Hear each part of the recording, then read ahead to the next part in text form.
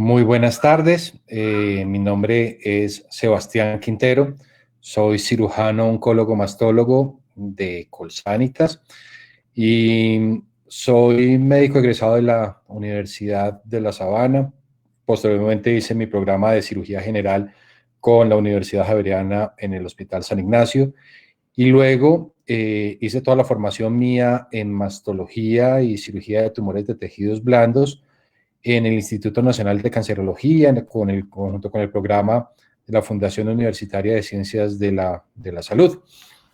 Y hoy, bueno, vamos a aprovechar para que estamos en octubre, mes donde se conmemora toda la sensibilización sobre el cáncer de mama, y como parte de estas actividades, pues esperemos hoy poder hablar un poco sobre cáncer de mama, las cosas muy puntuales y muy básicas de este tema, y vamos a interactuar con los usuarios de Colsanitas para poder hablar y resolver las dudas que tengan sobre este tema. Entonces, la prevención y el diagnóstico del cáncer de mama, y vamos a aprovechar de hablar sobre lo que ha pasado con el COVID-19, también en esta época de pandemia, y qué ha pasado con el cáncer de mama y la relación con este. Entonces, lo primero que tenemos que decir es que el cáncer no ha entrado en cuarentena. Probablemente nosotros hemos estado confinados, pero la enfermedad como tal no lo ha hecho y sigue causando casos de cáncer de mama en personas que están guardadas en la casa. Hay algunos datos importantes sobre la mortalidad de pacientes con cáncer y por qué la importancia. Es que sabemos que aquellos pacientes que están infectados por coronavirus tienen un riesgo mayor de mortalidad que aquellas personas que no tienen cáncer. Entonces se calcula que aquellas pacientes con cáncer de mama que tienen coronavirus eventualmente tienen una mortalidad entre el 13 a 28% mayor que las mujeres con cáncer o las personas que no tienen cáncer. Eso ha hecho también que la pandemia haya tenido en esta época que se haya modificado el tratamiento al respecto. Y es así como múltiples organizaciones a nivel mundial, eh, organizaciones de la Organización Mundial de la Salud, de las sociedades de cáncer a nivel de Estados Unidos, Asia, Europa, las principales organizaciones nos sugirieron al principio de la pandemia cómo manejar el cáncer de mama y cómo manejarlo en muchos pacientes, qué podíamos hacer. Y se modificaron muchos tratamientos, empezamos a manejar en estas medidas de urgencia el cáncer de mama. Y eso llevó a una cosa muy importante, y es que antes del COVID-19, pues vemos cómo la mayoría de los casos, por lo menos en Estados, estos son cifras americanas, en Colombia es una realidad un poco diferente, pero la mayoría de los casos se trataban y iniciaba el tratamiento en las cuatro primeras semanas. Más del 90% de los casos se trataban en este momento, y durante la época del COVID-19 esas cifras casi que se invierten, casi el 70% de los casos se empezaron a manejar después de las 4 semanas. Obviamente, esto era esperable en esas premisas iniciales, debido a la falta de recursos para garantizar la seguridad de los pacientes, el personal, no teníamos tapabocas N95 para ese momento, el cribado o los estudios mamográficos se suspendieron hasta que la pandemia eventualmente hubiese disminuido. Eso era lo que se quería, y decíamos, bueno, de aquí a 2 o 3 meses, 4 meses, seguramente esto ya va a estar más controlado y vamos a empezar a realizar esto. Y vimos cómo en muchos países todos los centros de diagnóstico estuvieron en muchos casos cerrados hasta por 6 meses, y la mayoría de los pacientes, pues claro, se tuvieron que ver sometidos a que sus citas se les cancelaran, sus mamografías, los centros los llamaban y les decían, no son esenciales en este momento. Dedíquese a resguardarse y en este momento y luego en algún momento retomaremos estos estudios. También vimos cómo hasta 60.000 pacientes con cáncer podrían, lo que se pensaba era que podrían morir innecesariamente debido a la falta de tratamiento o diagnóstico.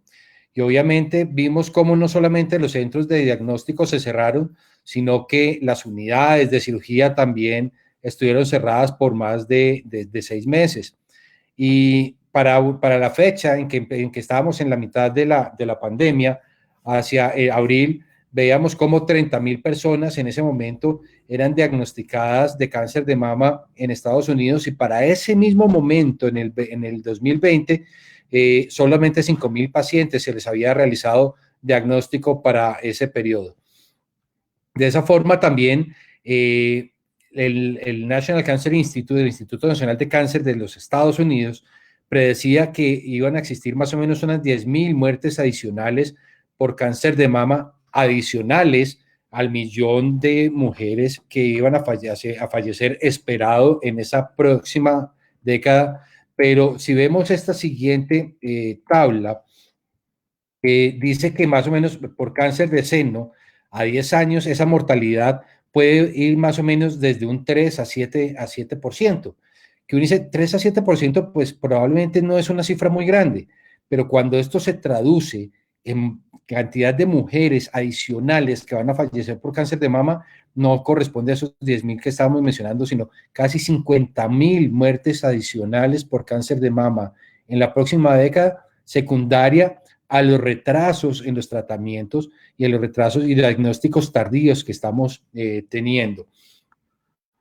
Adicionémosle a esto que muchas mujeres pues han estado retrasando ver a sus médicos por temor al contagio de coronavirus y por ende pues son pacientes que teniendo incluso síntomas, tocándose masas o situaciones similares en sus hogares, están muy bien guardaditas y por el miedo al diagnóstico pues solo van a ir muy tardíamente y obviamente pues el momento en que sean diagnosticados esos cánceres pues van a estar más avanzados y van a ser mucho más difíciles de tratar en ese caso. Y esto nos lleva a esta frase, y es que cuando uno piensa en la atención del cáncer, realmente es muy poco lo electivo que podemos hacer. El cáncer es una urgencia de tratar y hay que empezar el tratamiento prontamente, y eso pues no lo vivimos en los inicios de esta fase de la pandemia. Obviamente, a la fecha en la que estamos, pues ya no es que hayamos perdido el temor, sino que pues sabemos y vemos que esto probablemente esta pandemia va a ser mucho más larga de lo que se espera, y pues no podemos seguir dilatando procesos y tratamientos en un proceso que probablemente va a durar lo que históricamente han durado las pandemias en la humanidad, que generalmente han sido 2 o 3 años de pandemia. Obviamente, los datos de mortalidad los conoceremos con el transcurso del tiempo, qué tantos casos van y la gravedad lo veremos en el transcurrir de los próximos años, y veremos también cómo los pacientes que tengan este cáncer, vemos también cómo en ese grupo de pacientes mayores en los cuales tenemos una mayor mortalidad por coronavirus, veremos también cómo se afectan esas estadísticas, porque claramente sabemos que probablemente los pacientes mayores de 60, 70 años son los que más van a sufrir de mortalidad por coronavirus, pero también es el grupo de mayor mortalidad por cáncer de mama. ¿Qué tanto se van a sobreponer esas curvas? Pues todavía lo desconocemos, nos tocará esperar mínimo unos 10 años para conocer realmente cómo el coronavirus afectará a nuestras mortalidades. Pero lo que sí no cambian en nuestro país a la fecha son las cifras, aunque existan pandemias. Y esta organización de la Organización Mundial de la Salud, que se llama Globocan, que es una entidad que se encarga de recoger las estadísticas a nivel mundial de cáncer, pues nos dice que para el último corte que hicieron, que fue el del 2018, se estaban diagnosticando 13.380 casos nuevos al año de cáncer de mama en Colombia, y de los cuales iban a fallecer más o menos 3.702 mujeres en nuestro país. Eso hace que el cáncer de mama sea el más frecuente y el más mortal en la mujer colombiana hoy en día. Lo triste de estas cifras es que estas cifras que se reportan en el 2018 generalmente datan desde el 2012, de lo recolectado desde el 2012, es decir, casi una década atrás de lo que estamos viviendo hoy en día. Y si a eso le sumamos el subregistro que existe en nuestro país tan importante, pues probablemente estas cifras de 13.380 casos las hemos sobrepasado con creces de lo que realmente nos están informando. Pero ¿qué podemos hacer nosotros en cuanto al cáncer?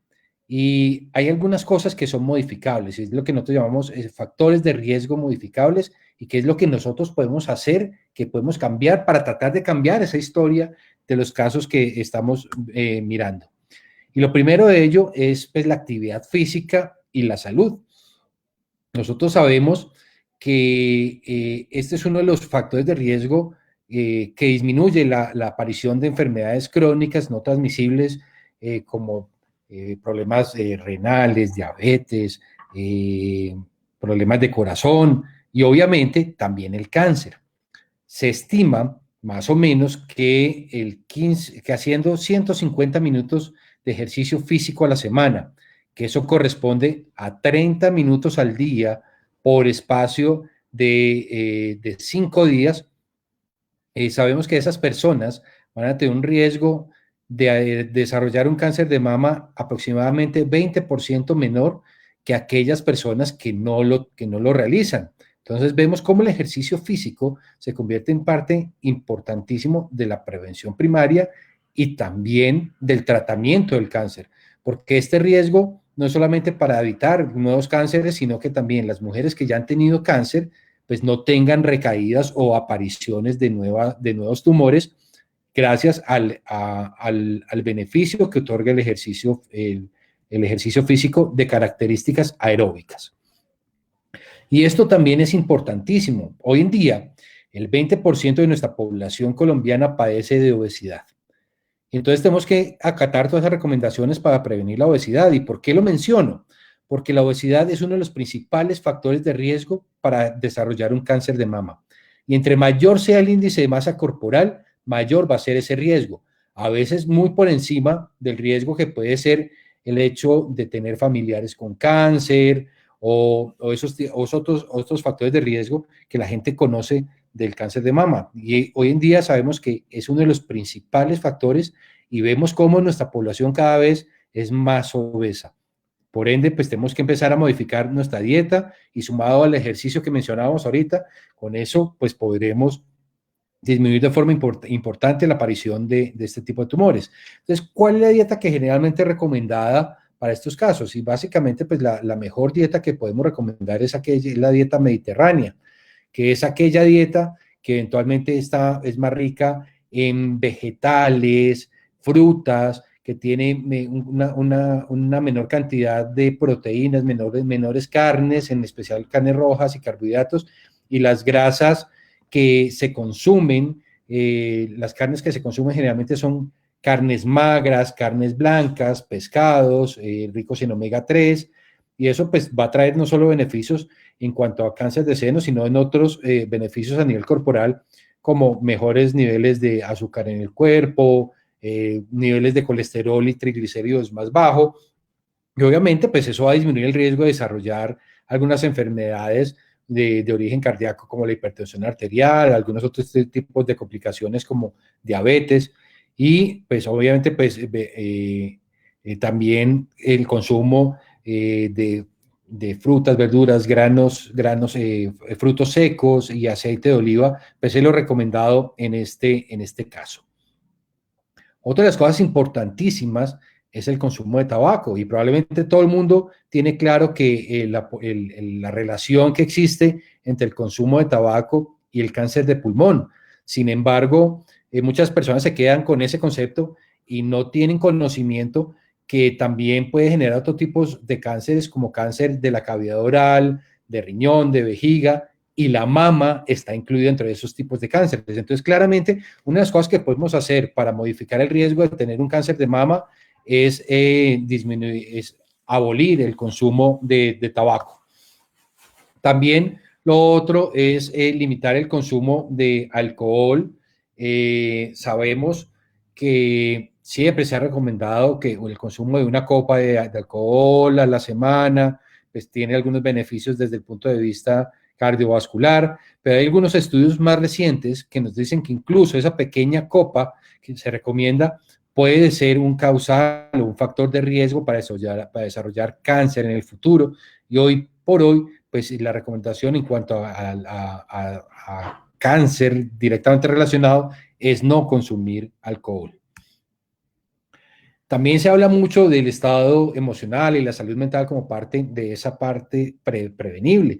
Y hoy en día, pues está muy en boga todas las cosas de mindfulness, tener una vida más tranquila, de los ejercicios de relajación, de yoga, y eso nos lleva a que las personas eventualmente tengan un bienestar emocional que que no genere y a que las personas estén propensas a tener estados de inmunosupresión generados por estos estados de estrés y obviamente pues al tener esos estados de estrés se pierden todas las capacidades celulares regenerativas o de poder identificar algunas anomalías a nivel celular que terminen eventualmente a futuro generando cáncer. Entonces, obviamente, pues recomendaremos este tipo de medidas de bienestar emocional que hoy en día están tan en boga.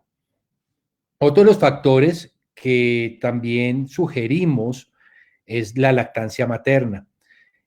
Sabemos que aquellas mujeres que lactan por espacio mayor a un año tienen un factor protector para el desarrollo de un cáncer de mama.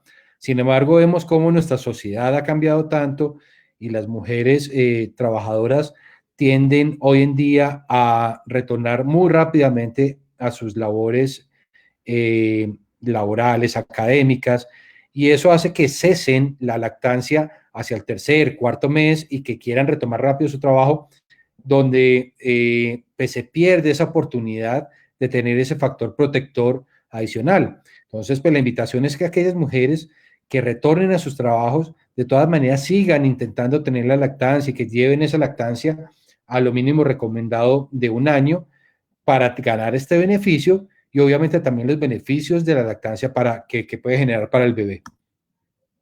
Pero también pues, tenemos unos factores de riesgo que no son modificables. Y uno de ellos es la edad. Nosotros sabemos que la mayoría de los cánceres se presentan desde en un pico que está entre los 60 y 65 años. Y estamos viendo cómo nuestra población colombiana está envejeciendo y la expectativa de vida de nuestras mujeres cada vez va en aumento. Y mientras hace unos 20 años sabíamos que la expectativa de vida de nuestras mujeres estaba alrededor de los 64 años, hoy en día eso ha aumentado considerablemente y es cada vez más frecuente que a nuestras consultas lleguen mujeres de 75, 80, 85 años con la aparición de cánceres en la medida que ha ido envejeciendo. Entonces, entre más anciana esté nuestra población, pues más enfermedades propias de la tercera edad vamos a encontrar y obviamente el cáncer de mama es una de ellas. El principal factor claramente que no podemos modificar de riesgo para desarrollar un cáncer de mama es el sexo. Y sabemos que el sexo femenino obviamente es el factor predominante. El 99% de los casos de cáncer se presentan en población femenina, pero acá traigo también al género masculino porque entre el 0.5 a 1% de todos los cánceres mamarios se presentan en hombres. Y es lamentable cómo los hombres pensamos que eso no nos atañe y que eso no nos puede ocurrir. Y vemos como el lazo rosado, que es famoso por el cáncer de mama, pues cuando se une con el azul, pues es el lazo del cáncer de mama masculino. Y es importante porque el tratamiento suele ser igual al de las mujeres, también deben pasar por cirugía, por quimioterapia, por radioterapia. Dentro de este grupo de pacientes con cáncer masculino es más frecuente que encontremos algunas mutaciones genéticas, pero también es muy importante que los hombres no solo conozcamos que tenemos glándula mamaria, así sea una glándula mamaria trofeada, pero que como glándula mamaria que es, tenemos toda la posibilidad de tener todo el rango de enfermedades igual a las que tienen las mujeres. Eso nos lleva a que también como hombres pues tenemos que conocer todas las medidas de prevención y de detección temprana. A los hombres también nos pueden eventualmente hacer mamografías, pero más allá de eso es que los hombres también tenemos un papel y un rol muy importante en la detección temprana del cáncer de las mujeres que nos rodean. De esa forma, pues yo debería también como hombre participar en el autoexamen de mi pareja o también enseñárselo a mis hijas, a mi hermana, a mi madre, si ellas no tienen el conocimiento y yo tengo esa información. Deberíamos ser partícipes y más activos en ese rol. No solamente por el rol que tenemos como hombre de poder tener cáncer de seno, sino también de la importancia que juega el hombre en el diagnóstico del cáncer de la mujer.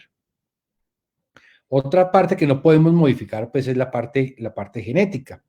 Y sabemos que 1 de cada 10 casos de cáncer de mama eventualmente es hereditario, que tienen antecedentes familiares. El 10% de los cánceres tienen algún componente familiar.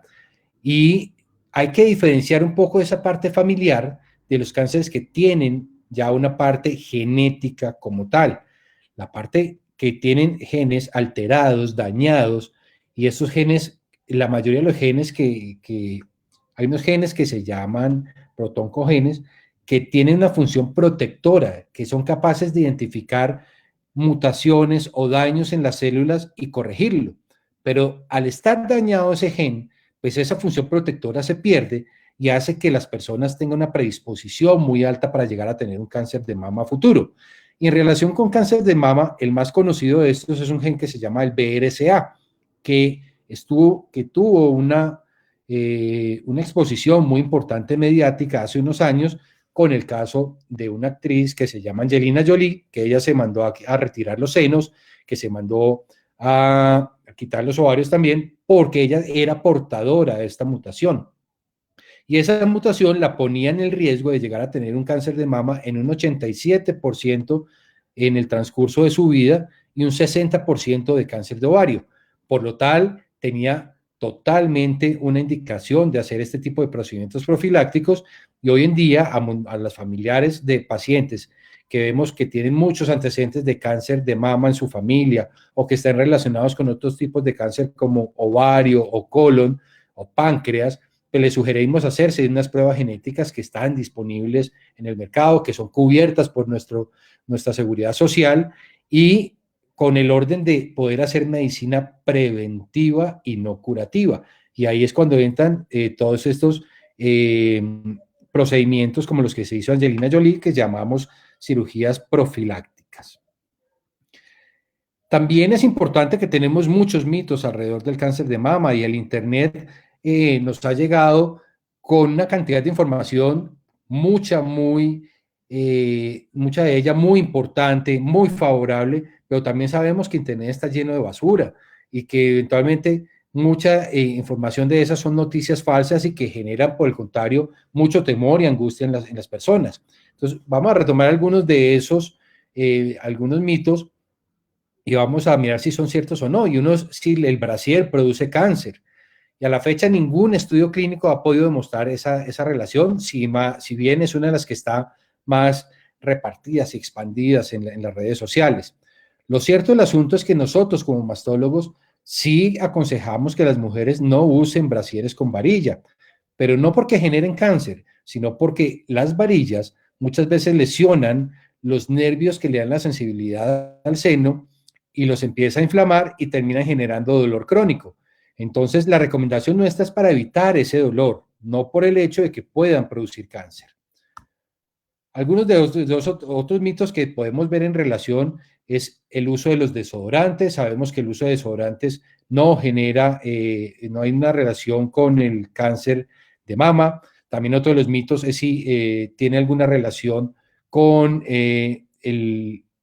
las prótesis mamarias, y vemos que probablemente con el cáncer de mama no tiene ninguna relación.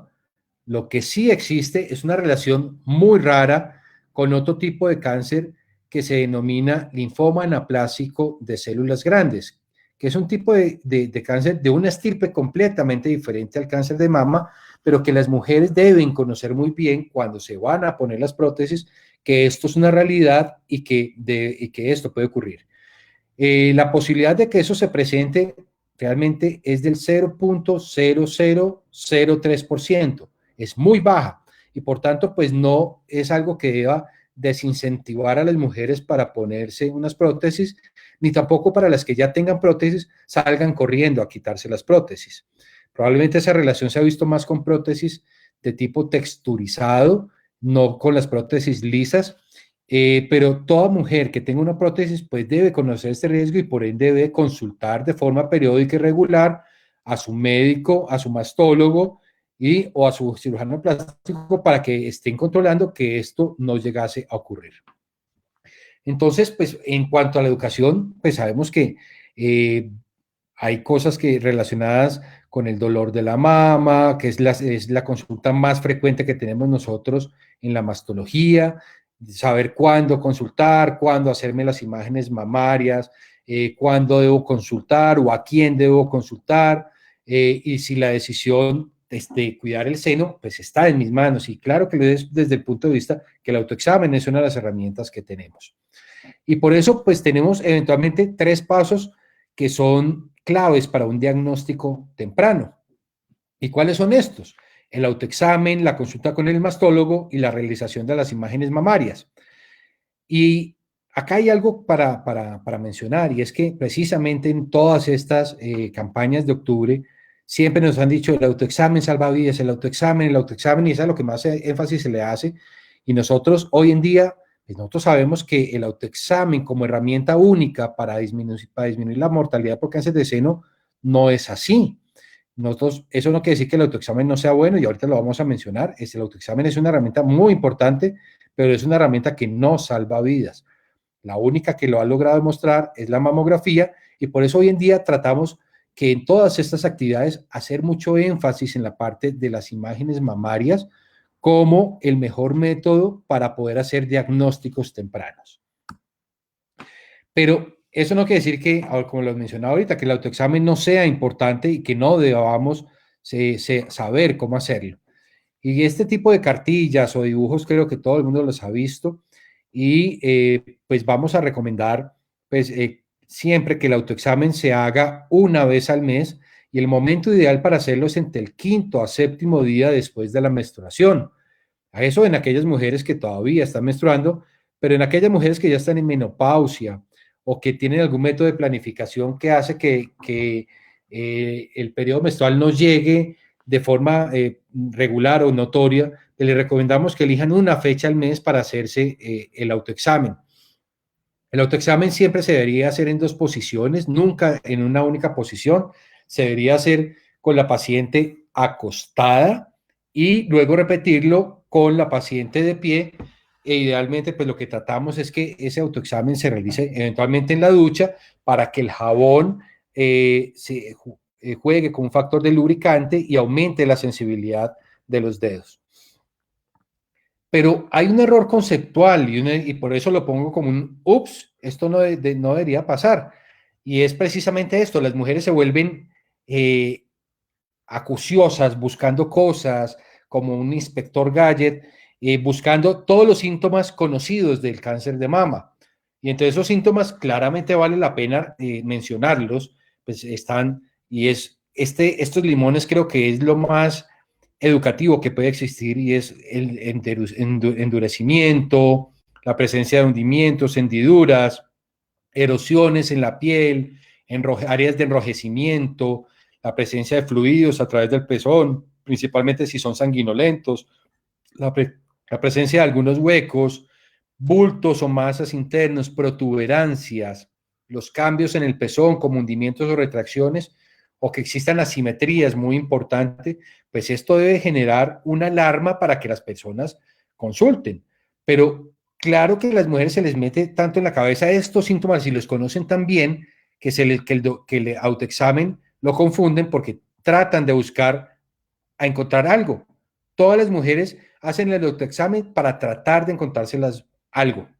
Y eso significa que las pacientes cuando llegan al consultorio dicen, doctor, es que yo no me sé hacer el autoexamen. ¿Y por qué no se lo sabe? ¿Por qué dice usted que no se lo sabe hacer? Porque yo no me encuentro nada.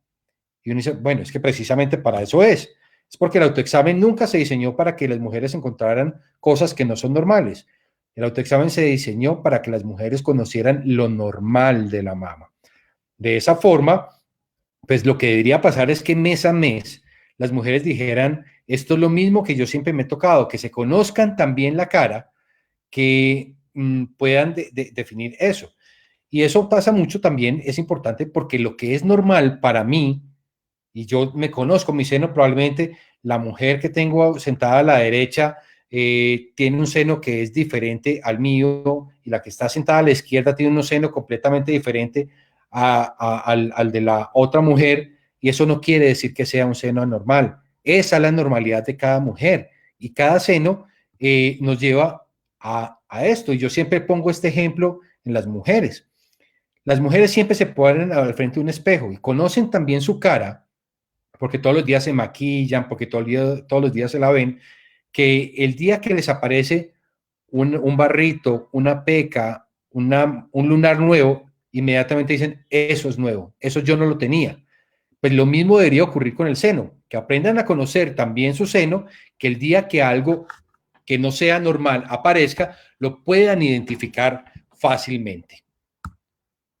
Estos son de las cosas que nos dicen a nosotros en la consulta, por el cuales las mujeres no se lo hacen. Entonces nos dicen, doctor, yo no me hago el autoexamen porque me da miedo encontrarme algo. Realmente lo que debería generar miedo es tener alguna masa y que la paciente, y que esté creciendo y que la paciente no lo sepa y que no lo identifique. Por lo tanto, pues es una invitación a hacerlo. Lo otro es que no sé qué tocarme, lo que decíamos ahorita. Y lo voy a explicar ahorita un poco más amplio. Y dicen, es que yo me siento un montón de bolitas, doctor, yo no sé qué es lo que me tengo que tocar. Pues precisamente ese montón de bolitas es, si miramos la anatomía del seno, ese montón de bolitas corresponde a este montón de cositas rosadas que se llaman los lóbulos del tejido mamario, que es donde se produce la leche, y también la grasa que lo rodea, pues también está organizada en pequeñas bolitas. Eso hace que el seno no sea una superficie lisa, sino que sea como un camino empedrado. Yo siempre les digo a mis pacientes que es como tener la plaza de Villa de Leyva, pero en chiquito. Y esto, pues la imagen de la derecha es lo que deberían tocar así en esta imagen y vemos cómo esos lóbulos pues hacen que el seno sea nodular. Solo que esos granos pueden ser tan finos como estar tocando una bolsita de granos de arroz, un poco más grueso como si estuvieran tocando una bolsita de lentejas, o tan gruesos como la de una bolsa de frijoles y ser un seno completamente sano, un seno completamente normal.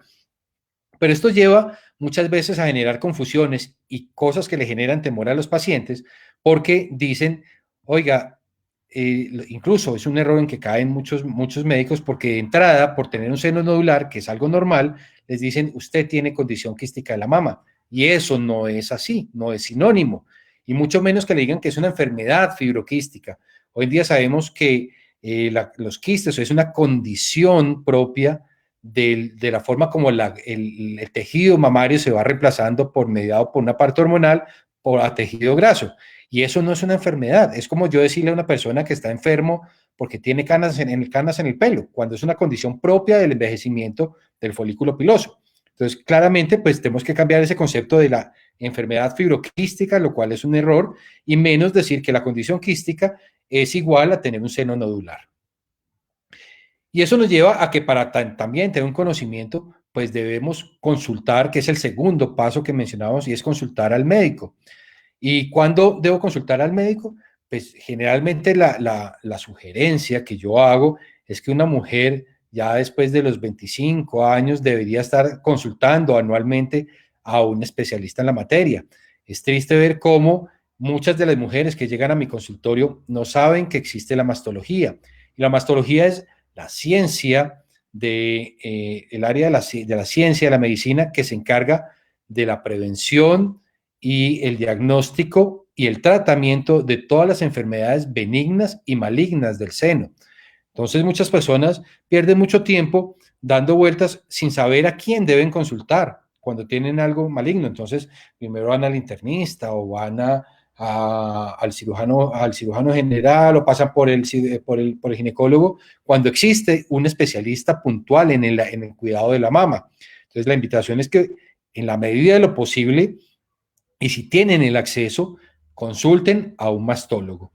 Obviamente, eso no quiere decir que los otros áreas de la salud no lo deben hacer. De hecho, son nuestra mano derecha y estamos supremamente agradecidos con la labor que todos los médicos, desde el médico general, ginecólogos, cirujanos generales, realizan para poder identificar estos casos y que luego nos lo remiten. Pero ustedes que tienen la oportunidad de hacerlo, ojalá lo puedan hacer. Y por último, y la última herramienta que tenemos, y bien lo mencionaba ahorita, son las imágenes mamarias. Y esto es muy importante, porque las imágenes mamarias se constituyen en el único medio de poder hacer diagnósticos cuando existen masas que ojalá todavía no sean palpables, que ni siquiera el médico y que ni siquiera la paciente son capaces de identificarla a la palpación. Entonces, obviamente, siempre vamos a recomendar la realización de estos estudios imagenológicos, que es la única forma de detectar lesiones cuando son totalmente asintomáticas. ¿Y cuándo debo empezar a hacerme estos estudios? Y acá hay una controversia muy grande, incluso para nosotros como mastólogos, nos genera división en este tema, si arrancar la mamografía a los 40 o los 50 años. Y en ese orden de ideas, el gobierno nuestro recomienda la mamografía desde los 50 años, cada 2 años y hasta los 70 años. Pero la posición personal mía es que en Colombia el número de mujeres jóvenes con cáncer de mama es muy alto. El 32% de las mujeres en nuestro país, una de cada tres, se diagnostica antes de los 50 años. Y es muy común hoy en día encontrar mujeres de 32, 34, 40, 41 años con cáncer de mama. Por eso mi recomendación personal es hacer la mamografía anualmente a partir de los 40 años, tal como lo recomienda la Asociación Americana de Radiología, la Asociación Americana de Cirujanos de Mama. Y ¿por qué? Para tratar de hacer diagnósticos más precoces, que obviamente en la medida que se hagan diagnósticos más temprano, mejor va a ser la supervivencia de esos pacientes a largo plazo. Si la ecografía reemplaza la mamografía, no. Y tampoco la mamografía reemplaza la ecografía. Son dos estudios diferentes, son estudios que se complementan, donde la información que yo tengo de lado y lado, pues me da una mayor capacidad a mí como clínico de poder tener una visión más global de lo que puede estar pasando con una paciente. Y en ese orden de ideas, pues una mamografía bien hecha, sumado a una ecografía y sumado a un examen físico muy bien realizado, puedo tener casi que el 98% de los diagnósticos de cáncer de mama. Eventualmente la ecografía la dejamos para mujeres más jóvenes, menores de 40, generalmente la seguimos con ecografía, y eso tampoco quiere decir que una mujer más joven eventualmente no pueda realizarse una mamografía. Hay pacientes que son de muy alto riesgo o porque han tenido varios cánceres de mama a edades muy tempranas en su familia, entonces eventualmente tratamos de empezar unos años antes la mamografía. Entonces, eventualmente mi mamá tuvo un cáncer a los 39 años, pues en esa paciente probablemente empezaré unos años antes a hacer la mamografía. Todas estas estrategias, en últimas, lo que buscamos con ella es reducir el número de personas a las que se les diagnostican enfermedades avanzadas y por ende, pues, reducir la mortalidad por diagnósticos tardíos. Siempre vamos a tratar de intensificar todas las medidas existentes para que las pruebas se realicen y obviamente esto tiene que ir acompañado de información clara y precisa que damos los médicos o los profesionales de la salud basados en esos en esas pruebas realizadas, bien sea el examen físico, estudios paraclínicos e imagenológicos. Con ello también intentamos incrementar la posibilidad de éxito en el tratamiento, bien lo decíamos, un cáncer diagnosticado a tiempo, pues las posibilidades de supervivencia a largo plazo son muy buenas y entre más temprano van a ser mayores. Obviamente también disminuiremos las complicaciones y secuelas de las enfermedades que requieran tratamientos mayores por ser diagnósticos avanzados. Hoy en día sabemos que incluso muchas pacientes no requieren de quimioterapia si tienen un diagnóstico temprano, pero si esa paciente ya se diagnostica de una forma más avanzada, pues eventualmente va a tener que recibir esos tratamientos más agresivos. Lo mismo el tamaño en las cirugías. Y obviamente pues sabemos que la restauración completa de la salud sí es posible en el cáncer de mama, siempre y cuando pues hagamos esos diagnósticos oportunos. Entonces, terminemos diciendo pues que el cuerpo es vida y que tenemos que cuidar nuestro cuerpo, tenemos que amarlo y con ello pues más que el autoexamen y lo demás es que una detección temprana sí salva vidas. Y por último, pues recomendar, pues, si desean seguirnos en nuestras redes sociales, dudas que tengan y que queden sueltas en la conferencia de hoy, pues podemos resolverlas en las redes sociales nuestras. Y también los invito, yo tengo fui fundador de una fundación que apoya, que está enfocada en tres pilares, que son apoyar, prevenir y educar en todo lo relacionado con el cáncer y no solamente sobre el cáncer de mama, que se llama la Fundación Salud Querida, y los invitamos a seguirnos en las redes sociales como @Fundación SQ, donde todos los días estamos publicando información relevante y muy oportuna y muy precisa, basadas en buenos datos científicos para que tengan esos datos de cómo prevenir y cómo hacer detección temprana en todos los tipos de cáncer.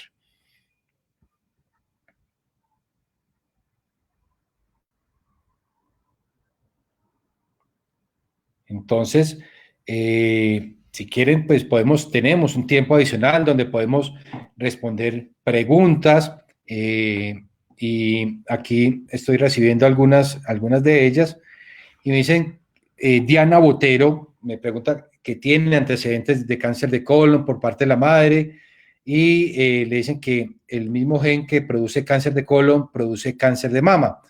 Eventualmente sí, lo mencionamos en la conferencia, el BRCA eventualmente tiene esa relación.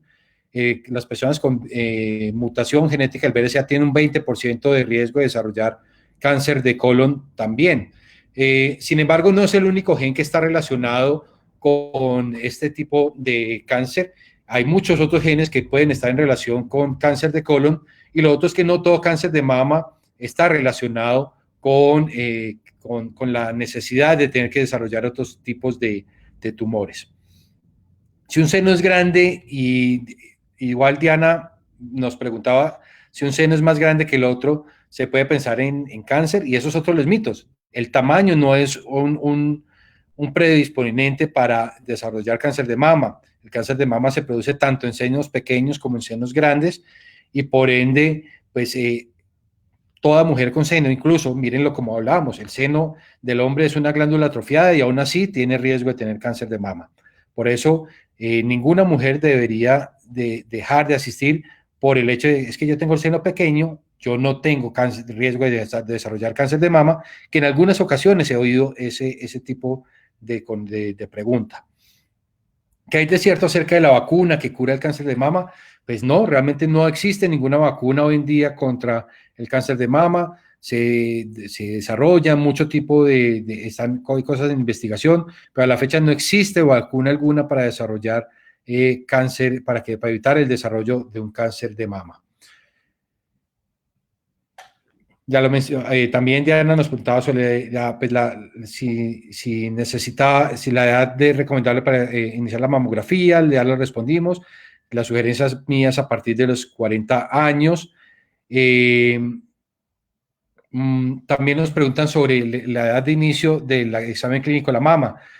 Pues sabemos, acá hay una controversia también. Entonces dicen que para la detección del cáncer de mama sabemos que la mayoría se empiezan a desarrollar a partir de los 40 años y que las mujeres deberían consultar a partir de esta edad. Sin embargo, es importante ver que el cáncer no es la única enfermedad del seno. También tenemos patología benigna, quistes, fibroadenomas, algunos tumores benignos y que también deberían tener un seguimiento oportuno. Por eso yo os invito a las mujeres que sean un poco más jóvenes que asistan y que tengan un control para que les desarrollen, le hagan al menos una ecografía y con eso empezar un seguimiento de otras posibles enfermedades del seno que pueden existir desde edades mucho más jóvenes. También nos mencionan por ahí algo que mencionamos, que el autoexamen no es eficaz para la detección del cáncer de mama y que no mejora la supervivencia. Sí, así es. No mejora la supervivencia por cáncer de mama, pero como lo mencionaba, pues eso no significa que no sea importante hacerlo. Es parte del autoconocimiento de la mama y de la forma que uno, en la medida que uno se conozca el seno, pues el día que algo anormal aparezca, pues lo van a poder identificar de una forma más fácil.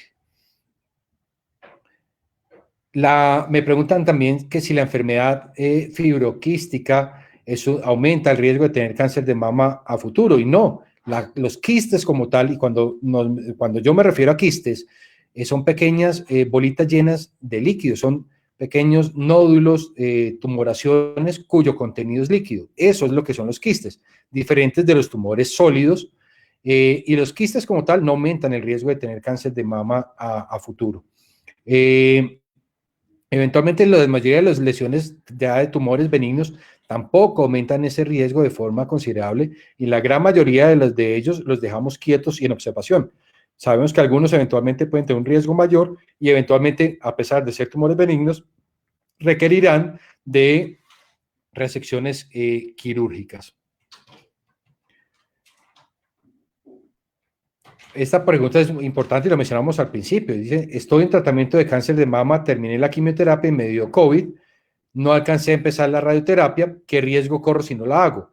Si estaba indicada, y eso es una pregunta que solo la podrá responder tu médico, si tenías indicación o no de radioterapia, pero si es así y el médico ya te había dicho que la debes hacer, pues es importante realizar la radioterapia. Lo que pasa es que existe una ventana de tiempo para poder realizarla.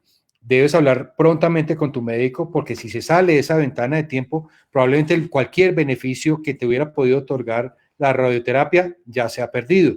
Por eso la importancia de que hables con tu médico y retomar todos los tratamientos que sean necesarios para que tengas todos los beneficios del tratamiento de cáncer de mama y con esa forma evitar posibles recaídas futuras. También preguntan si los fibroadenomas pueden convertirse en cáncer. Los fibroadenomas, para los que no lo saben, es el tumor más frecuente que hay en el seno de las mujeres. 10% de las mujeres en el mundo tienen este tipo de tumor, es un tumor benigno y la posibilidad de convertirse en tumores malignos sí existe, pero la posibilidad es tan ínfima, tan reducida, tan baja, que realmente es muy raro que un tumor de estos pues, pueda terminarse convirtiéndose en cáncer. Los hay informados en la literatura, los hemos visto, los hemos manejado. Sin embargo, el riesgo es tan bajo que no debe generar un temor en la población general para que todo, si se diagnostica un fibroadenoma, todo tumor de estos deba ser operado. De hecho, como lo decía ahorita, la gran mayoría de ellos los dejamos quietos y en seguimiento. Y solo ciertos tipos de fibroadenomas eventualmente son llevados a cirugía, bien sea por su tamaño, por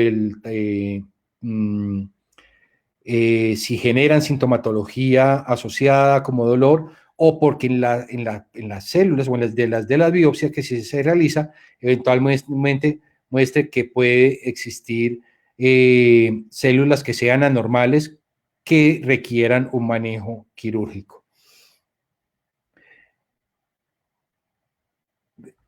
También me mencionan que en algunos quistes o algunos tumores eventualmente pueden esconderse o no verse en las imágenes, y eso es cierto. No hay estudio perfecto y sabemos que incluso algunos cánceres pueden no ser diagnosticados en la mamografía o también pueden no ser diagnosticados ser vistos en las mamografías. Por eso generalmente recomendamos que se hagan los estudios complementarios, que se complemente la mamografía con la ecografía. De esa forma, pues tendremos un menor número de eventuales cánceres que se puedan escapar. Y hoy en día existe lo que se llama la mal llamada mamografía 3D, que realmente se llama tomosíntesis, y de esa forma son estudios que son mucho más exactos, que han mejorado el rendimiento diagnóstico y que posiblemente pues vamos a disminuir el número de tumores que eventualmente puedan escaparse a un diagnóstico. De esa forma también pues vale la pena decir, porque es otra de las preguntas que le suelen decir a uno, y es que si las prótesis esconden los tumores, y eventualmente sí, y eso hace que generalmente las mujeres que tienen prótesis hagamos algunas proyecciones adicionales a las normales que se hacen en mamografía, todo con el fin de reducir la posibilidad de que si existe una lesión deje de ser oculta por causa de las prótesis.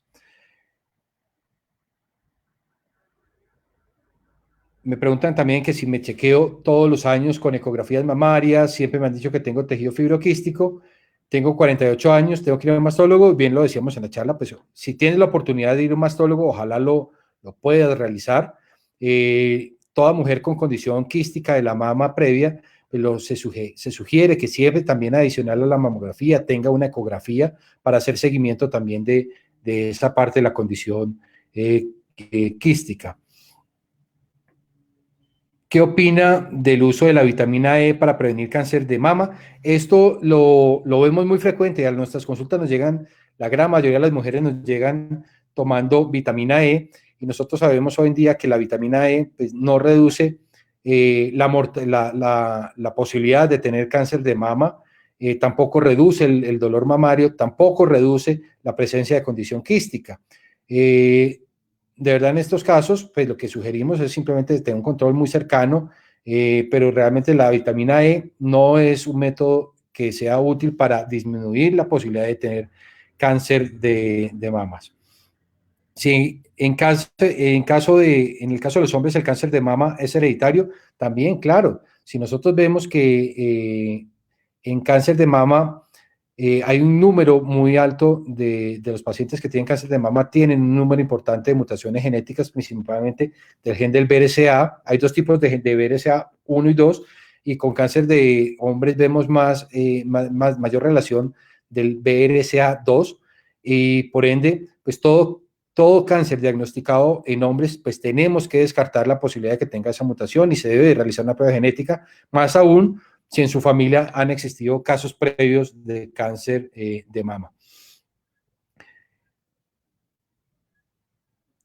¿El autoexamen se debe hacer igual para los hombres? Sí, el autoexamen también lo deberíamos hacer los hombres de la misma forma como lo realizan las mujeres y con la misma periodicidad.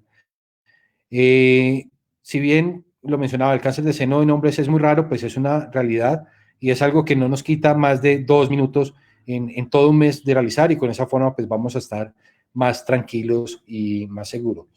¿Por qué la mamografía duele? También me preguntan por acá. Y la mamografía pues duele porque pues, es claramente someter un tejido a una presión, y eventualmente dependiendo de la intensidad de esa presión pues puede generar dolor. No es lo mismo, voy a poner un ejemplo, yo me puedo apretar el dedo con una presión regulada y no me genera dolor, pues si la aprieto muy duro, eventualmente pues me va a doler. Lo mismo pasa con la mamografía, eventualmente dependiendo de la intensidad que el técnico ejerza sobre la mama, puede generar mayor o menor incomodidad. Y lo otro importante es que el seno per se tiene sí, momentos del mes en que genera mayor dolor que en otros, generalmente los momentos premenstruales o el momento sobre el momento de la ovulación puede generar, puede tener un dolor asociado a esos cambios hormonales. Y obviamente, pues si la mujer se la hace la mamografía justo en ese momento en que el seno está sensible, pues claramente le va a generar un mayor dolor. Yo generalmente de todas maneras les digo a mis pacientes que una forma de tratar de disminuir esa posibilidad de que le genere dolor es tomándose algún analgésico previo a la mamografía. De esa forma suben el umbral del dolor y por ende pues también pues, va a ser un poco menos incómoda. También me preguntan sobre los anticonceptivos, que son un factor de riesgo para desarrollar cáncer de mama. No, Los anticonceptivos hoy en día pues, se pueden usar de forma segura, y más hoy en día que son anticonceptivos que se dicen que son de microdosis. Realmente es muy poca la dosis que reciben, y por ende el estímulo hormonal sobre el tejido mamario es muy bajo y se consideran muy seguros, y los pueden usar. A diferencia de algunos tipos de terapia de reemplazo hormonal, que es la que usa las hormonas que se le dan a las mujeres que entran en menopausia. Cuando se usa terapia de reemplazo hormonal conjugada, es decir, que tiene estrógenos y progestágenos en una misma formulación, ese tipo de terapia eventualmente puede aumentar el riesgo de tener cáncer de mama a futuro, y aumenta en virtud del tiempo. Entre más tiempo de uso, pues mayor va a ser el riesgo. Ese riesgo con terapia de reemplazo hormonal que solo es basada en estrógenos, se ha visto que realmente no genera tanto aumento de este riesgo. También me preguntan sobre la relación de cáncer de mama con otros tipos de cáncer. Y lo mencionábamos ahorita, probablemente el gen que más relación tiene con cáncer de mama es el gen del BRCA, y el gen del BRCA tiene riesgo sobre cáncer de mama y ovario principalmente, pero puede generar otros tipos de cánceres, principalmente cáncer de próstata, cáncer de mama en el hombre, puede generar cáncer de colon y puede generar cáncer de páncreas. Y de ahí hacia abajo puede tener alguna relación ya mucho más baja y mínima con algunos otros tipos de cáncer, pero estos son los principales.